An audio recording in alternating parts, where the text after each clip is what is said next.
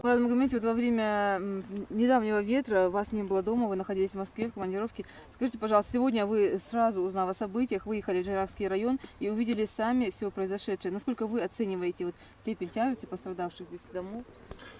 Да, здесь мы знаем, что в Жайракском районе, в горной части, прошли ураганные ветры, и мы знаем, что нанесен значительный материальный ущерб.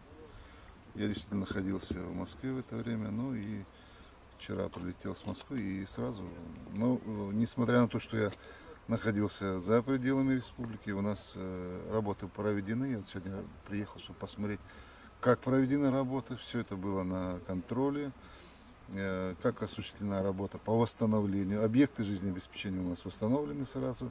То есть у нас вода, электроэнергия, все это восстановлено не во временном режиме, то есть не по временному варианту, то есть работает стационарно.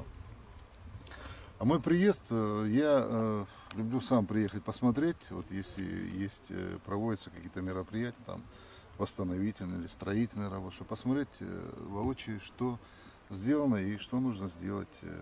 Сегодня мы провели совещание с ответственными. Здесь работает правительственная комиссия, комиссия МЧС. Но комиссия работает в режиме таком, что как бы у нас обычно долго выяснять, что произошло, а здесь самое главное, начата работа по восстановлению. Практически в населенном пункте Джейрах, Хули, Бейни, Ляжги и Вальгете выданы все, что нужно, и начата работа по восстановлению, то есть выданы шифер, стройматериалы. В отдельных населенных пунктах уже строительные организации начали работать. Вот. А вы обозначили какие-то сроки вот этим строительным организациям, Минстрою?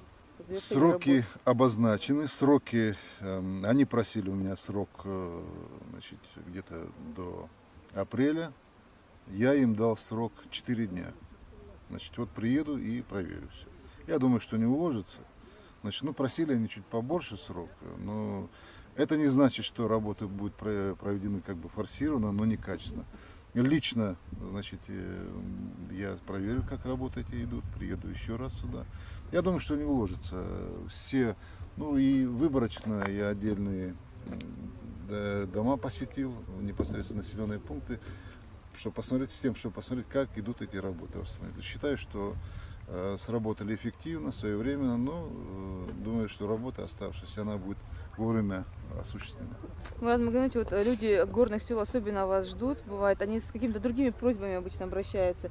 Вы обещали им еще помочь, например, в Альгете с мечетью, какими-то другими вопросами. Да, эта мечеть, ее нужно реставрировать, они обратились с просьбой, и сегодня, да, параллельно много было обращений, которые, ну, даже вот вы обратили внимание, что мечеть мы параллельно тоже ее выстроим с тем, чтобы люди могли туда проходить.